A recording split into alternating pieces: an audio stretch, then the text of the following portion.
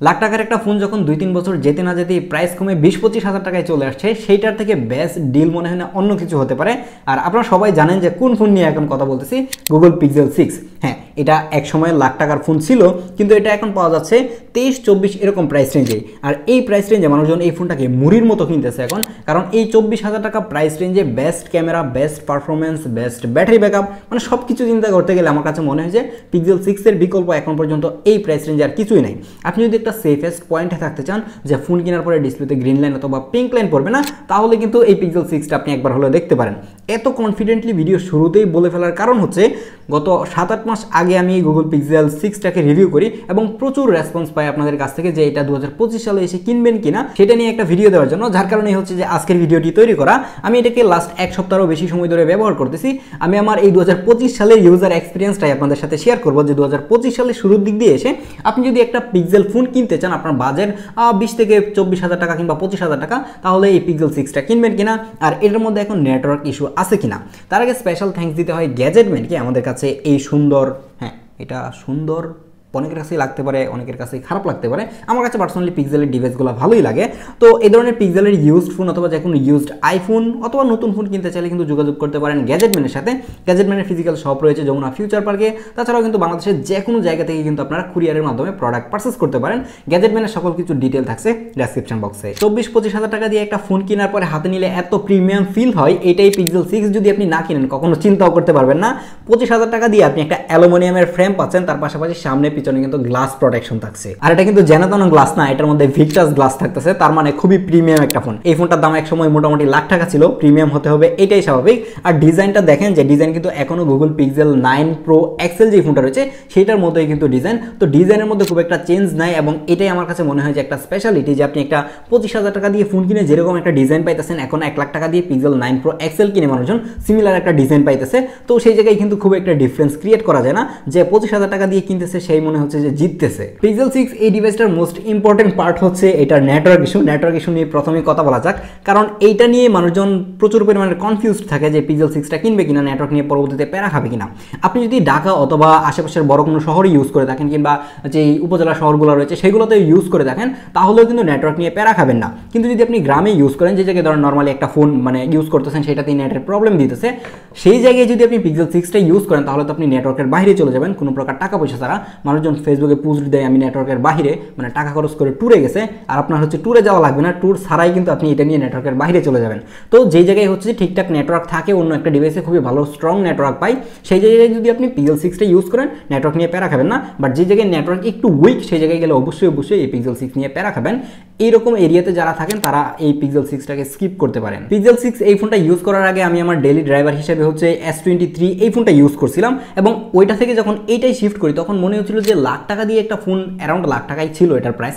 তো এত বেশি দাম দিয়ে এই ফোনটা কারা কিন্তু দেখেন যে এটার ডিসপ্লে চারপাশের বর্ডার কত মোটা, দেখে মনে হয় যে 15,000 কিংবা 20,000 টাকা দামের একটা ফোন আমি হাতে নিয়েছি। এটার ডিসপ্লে চারপাশের বেজেল দেখলে এরকমই মনে হচ্ছিল। তো একটা ফ্ল্যাগশিপ ফোন, কিংবা গুগলে কিন্তু শুধুমাত্র ফ্ল্যাগশিপ ফোনগুলোই বানায় থাকে পিক্সেল ফোনগুলো, তো এইগুলোর বেজেল আর একটু ন্যারো হওয়া উচিত ছিল। ডিসপ্লের কোয়ালিটি নিয়ে আমি কোনো অবস্থাতেই কমপ্লেন করবো না। এই জায়গার মধ্যে কিন্তু 6.4 ইঞ্চির একটা অ্যামোলেড ডিসপ্লে ইউজ করা হয়েছে, যেখানে কিন্তু 90 হার্জের হাই রিফ্রেশ রেট পাচ্ছেন, HDR10+ সাপোর্ট পাচ্ছেন। ডিসপ্লে নিয়ে কোনো অবস্থাতেই কোনো কমপ্লেন না করলেও ডিসপ্লের চারপাশের বেজেল নিয়ে অবশ্যই আমি কমপ্লেন করবো।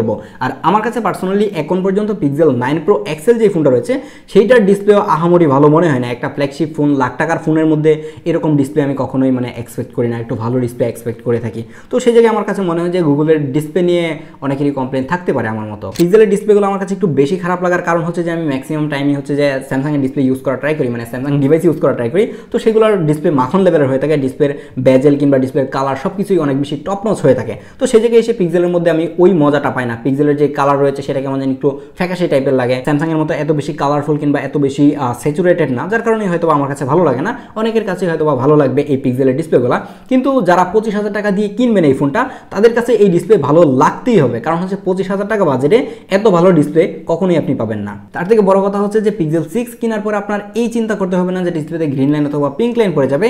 আপনি এই প্রাইস রেঞ্জে কিংবা 1 লাখ টাকা দিয়েও একটা ফোন কিনেন না কেন, সেই ফোন নিয়েও রাতে ঘুমাইতে গেলে আপনার চিন্তা করতে হবে যে ডিসপ্লেতে পিঙ্ক লাইন পড়ে যাবে অথবা গ্রিন লাইন পড়ে যাবে, কিন্তু এটাতে এখন পর্যন্ত এই ধরনের ইস্যু নাই। হ্যাঁ, টুকটাক ইস্যু আছে, যেরকম ডেড পিক্সেল হয়ে যায় বা ডিসপ্লের কোনো এক জায়গায় কালো হয়ে গেছে, তো এইগুলা মানে একদমই কম হয়, যেটা মানে 100-র মধ্যে বলতে পারেন একটা হয় কিনা সন্দেহ আছে। তো সেই জায়গায় ডিসপ্লে নিয়ে কখনোই এটা কিনলে আপনাকে প্যারা খেতে হবে না। গুগল পিক্সেল 6 সিরিজ থেকে কিন্তু গুগলের নিজস্ব চিপ ইউজ করতে শুরু করে। এটার মধ্যে কিন্তু টেনসর G1G ফার্স্ট জেনারেশনের গুগলের চিপ রয়েছে, সেটা ইউজ করা হয়েছিল এবং এইটাতে এই চিপ ইউজ করার পর থেকে যত কাহিনী শুরু হয়, যেরকম নেটওয়ার্ক ইস্যু, ছবির প্রসেসিং ভালো না, পারফরমেন্স ভালো না, এই ধরনের কাহিনী কিন্তু এটা থেকে শুরু হয়। তারা এর আগে যখন 5 সিরিজের মধ্যে হচ্ছে যে স্ন্যাপড্রাগনের এসওসি ইউজ করতো, হ্যাঁ যদিও কিনা তারা হচ্ছে যে ফ্ল্যাগশিপ লেভেলের এসওসিগুলো ইউজ করতো না, মিড রেঞ্জের এসওসি ইউজ করতো, তারপরেও দেখা যাচ্ছিল যে টেনসর চিপ থেকে সেগুলো অনেক বেশি ভালো ছিল এবং মানুষজন মানে ইউজ করে স্যাটিসফাইড ছিল। কিন্তু এই টেনসর চিপ নিয়ে মানুষজন এতটা স্যাটিসফাইড না। এটার পারফরমেন্স খারাপ আমি সেটা বলতেছি না, আপনি যদি রেগুলার লাইফে ইউজ করতে যান কোনো অবস্থাতেই পারফরমেন্স নিয়ে এখনও এটাতে ঘাটতি পাবেন না, খুবই স্মুথলি চলতে থাকে, কোনো প্যারা নাই।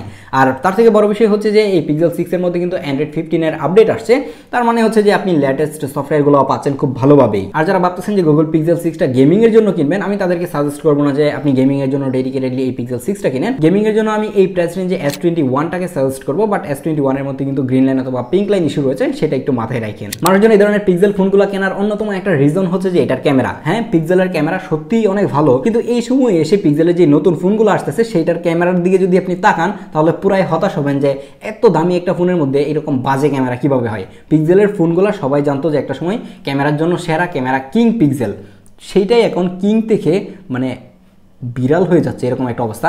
আপনি জাস্ট আমার হচ্ছে পিক্সেল 9 Pro XL এর রিভিউটা দেখে আসেন, তাহলেই বুঝতে পারবেন যে আমি কেন এই কথা বলতেছি। কিন্তু আপনি যদি পিক্সেল 6 অথবা পিক্সেল 7 যে ফোনটা রয়েছে এই দুইটা ফোনের ক্যামেরা দেখেন, তাহলে বলবো যে এই প্রাইস রেঞ্জে বেস্ট ক্যামেরা। হ্যাঁ, এখন পর্যন্ত সব ঠিকঠাকই আছে। আপনি যদি 25,000 টাকা দিয়ে একটা ফোন কিনতে চান, আপনি বেস্ট ক্যামেরা আউটপুট পেতে চান, তাহলে এই পিক্সেল 6 এর বিকল্প এখন পর্যন্ত কিছু নাই। কারণ এটার মধ্যে মেইন লেন্স হিসেবে ইউজ করা হয়েছে একটা 50 মেগাপিক্সেলের ক্যামেরা এবং একটা আলট্রা ওয়াইড লেন্স ইউজ করা হয়েছে 12 মেগাপিক্সেলের।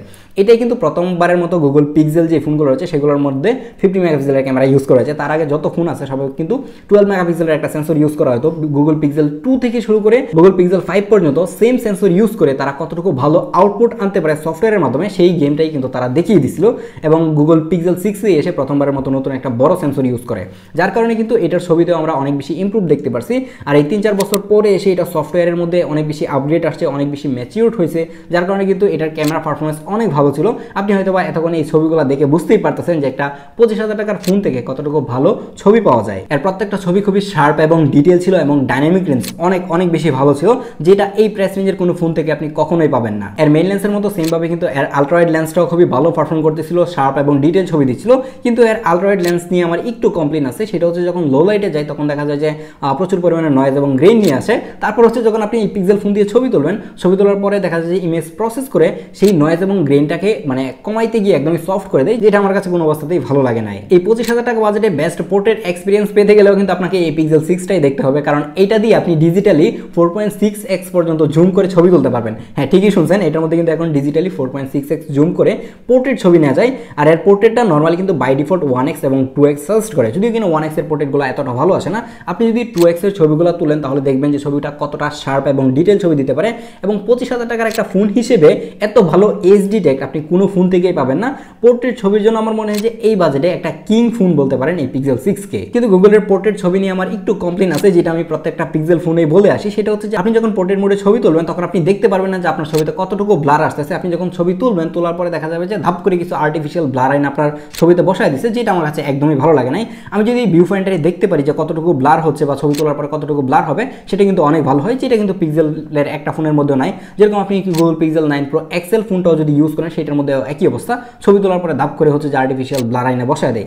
আর তার থেকে মজার বিষয় হচ্ছে যে পিক্সেলের যে প্রো ফোনগুলো রয়েছে সেগুলোতে টেলিফোটো লেন্স থাকা সত্ত্বেও কিন্তু টেলিফোটো লেন্স দিয়ে মানে পোর্ট্রেট ছবি তোলা যায় না। মানে এইটা কোন লেভেলের মানে থাক আর খারাপ কিছু বললাম না, এই পর্যন্ত স্টপ হয়ে যায়। আর ফ্রন্ট ক্যামেরায় থাকছে একটা 8 মেগাপিক্সেলের ক্যামেরা, যেটা দিয়েও খুবই সুন্দর সুন্দর ছবি তোলা যাচ্ছিল, ছবি খুবই শার্প এবং ডিটেল ছবি দিতে পারে। ডাইনামিক রেঞ্জও কিন্তু এসএলআর ক্যামেরার অনেক বেশি ভালো, কিন্তু মাঝে মাঝেই দেখা যায় যে অনেক বেশি ডার্ক করে দিয়েছিল।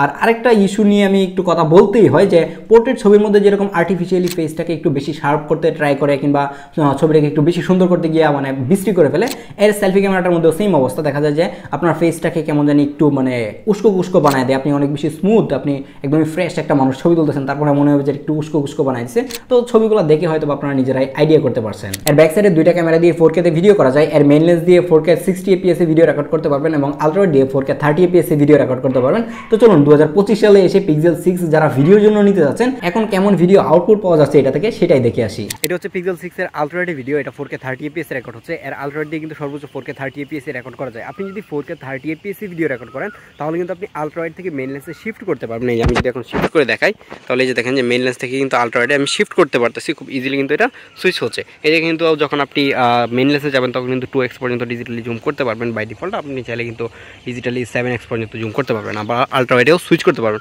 এবং লেন্স সুইচিংয়ের কথা যদি বলি তাহলে দেখেন যে এটা মোটামুটি মানে ফাস্ট, খুব একটা সুবিধাজনক না। আইফোন যেরকম একদম স্মুথ হয় ওরকম কোনো কিছু না, কিন্তু এটা দিয়ে যখন আপনি মেইন লেন্স দিয়ে ভিডিও করবেন, এই যে এটা হচ্ছে মেইন লেন্সের ভিডিও, মেইন লেন্স দিয়ে কিন্তু ভিডিও করলে সর্বোচ্চ 4K 60 fps এ রেকর্ড করতে পারবেন। কিন্তু 4K 60 fps এ যখন আপনি 4K তে রেকর্ড দিবেন তখন কিন্তু আবার চাইলেই আলট্রা ওয়াইডে সুইচ করতে পারবেন না, এটা বড় একটা লিমিটেশন। তো আপনি চাইলে কিন্তু এই যে 1x এর ভিডিওটা এরকম করতে পারবেন। এবং মেইন লেন্সের স্টেবিলাইজেশন যদি দেখি, নর্মাল স্পিডে যদি আপনি হেঁটে যান তাহলে এরকম স্টেবল একটা ভিডিও পাবেন, এটা খুবই স্টেবল বলতে পারেন। তো আপনি এটার মেইন লেন্স থেকে এরকম একটা ভিডিও পাবেন। এটার ভিডিও কোয়ালিটি আমার কাছে প্রাইস অনুযায়ী ভালোই মনে হয়েছে, কারণ এই প্রাইস রেঞ্জে এত ভালো ভিডিও কোয়ালিটি সত্যি পাওয়া যায় না। আর তার থেকে বড় কথা যে দেখেন যে আমি এখন ঈদের ছুটিতে গ্রামে আসছি, এই হচ্ছে আমাদের গ্রামের রাস্তার অবস্থা। তো এই হচ্ছে রাস্তা দিয়ে একদম ধুলাবালির অবস্থা খুবই খারাপ। তো আপনি চাইলে কিন্তু পিক্সেল 6 যদি ভিডিওর জন্য কিনতে চান তাহলে আমার মনে হয় যে এটা একটা বেস্ট ডিল হতে পারে এই প্রাইস রেঞ্জে, কারণ এই প্রাইস রেঞ্জে অন্য যদি নতুন কোনো ডিভাইস কিনেন এত ভালো ভিডিও আমার মনে হয় না যে পাবেন। এরকম পুরাতন ফোন যখন আমরা কিনতে চাই তখন আমাদের মাথায় সবার আগে যেটা থাকে সেটা হচ্ছে যে ব্যাটারি ব্যাকআপ, যে ব্যাটারি ব্যাকআপের কী অবস্থা। এই ফোনটাতে কিন্তু ব্যাটারি হিসেবে থাকছে 4614 mAh এর একটা ব্যাটারি, যেটা থেকে খুবই ভালো ব্যাটারি ব্যাকআপ পাচ্ছিলাম। হ্যাঁ, আমার হাতে যে ইউনিটটা রয়েছে এটা খুবই ফ্রেশ একটা ইউনিট। আপনি যখন একটা ইউজড ফোন কিনবেন সেটার কিন্তু ব্যাটারি ব্যাকআপ ফোনের কন্ডিশনের উপরে ডিপেন্ড করবে। আমার হাতে যে ইউনিটটা রয়েছে এটা দিয়ে অনায়াসে কিন্তু এখনো 5 ঘন্টার মতো স্ক্রিন অন টাইম পাচ্ছিলাম। আপনিও যদি নেন তাহলে অ্যাভারেজলি 4 থেকে 5 ঘন্টার মতো স্ক্রিন অন টাইম পাবেন। আপনি যদি এটাকে রেগুলার লাইফে ইউজ করেন, খুব বেশি ক্যামেরা ইউজ না করেন বা হেভি গেমিং না করেন, তাহলে একটা ডিসেন্ট আপনি ব্যাটারি ব্যাকআপ পাবেন, যেটা দিয়ে অনায়াসে আপনার একদিন পার হয়ে যাবে। পিক্সেল 6 কিনে অ্যাটলিস্ট ব্যাটারি ব্যাকআপ নিয়ে আপনাকে প্যারা খেতে হবে না। আজকে এই ভিডিওটা অনেক বেশি ন্যাচারাল করা ট্রাই করেছি, আমার মনে যা আসছে তাই বলছি এই পিক্সেল 6 নিয়ে, কারণ পিক্সেল 6 এর প্রতি আমার একটা সফট কর্নার আছে। একটা সময় আমি চাইছিলাম যে পিক্সেল 6টা কিনবো যখন নতুন আসে, তো তখন আর টাকা পয়সা হয় নাই, আমি আর কিনতে পারি না, যার কারণে আমার মনের সুখে হচ্ছে আজকের ভিডিওটা বানাইলাম এবং ভিডিওটা অনেক বেশি লম্বা হয়ে গেছে। আপনি যদি এই ভিডিওটা এই পর্যন্ত দেখে থাকেন, আই থিঙ্ক পিক্সেল 6 যদি কিনতে চান তাহলে একটা আমার যেই এক্সপিরিয়েন্সটা আছে সেটা আপনাদের সাথে শেয়ার করছি এবং আপনি নিজে থেকে একদম কাছ থেকে ফিল করতে পারবেন যে পিক্সেল 6টা 2025 সালে কীরকম হবে। এখন যদি ফাইনালি আমাকে জিজ্ঞেস করেন যে 25,000 টাকা বাজেটে এই পিক্সেল 6 কিনবেন কিনা, আমি বলবো যে অবশ্যই একবার হলেও ট্রাই করতে পারেন। দেখা হচ্ছে পরবর্তী ভিডিওতে। আল্লাহ হাফেজ।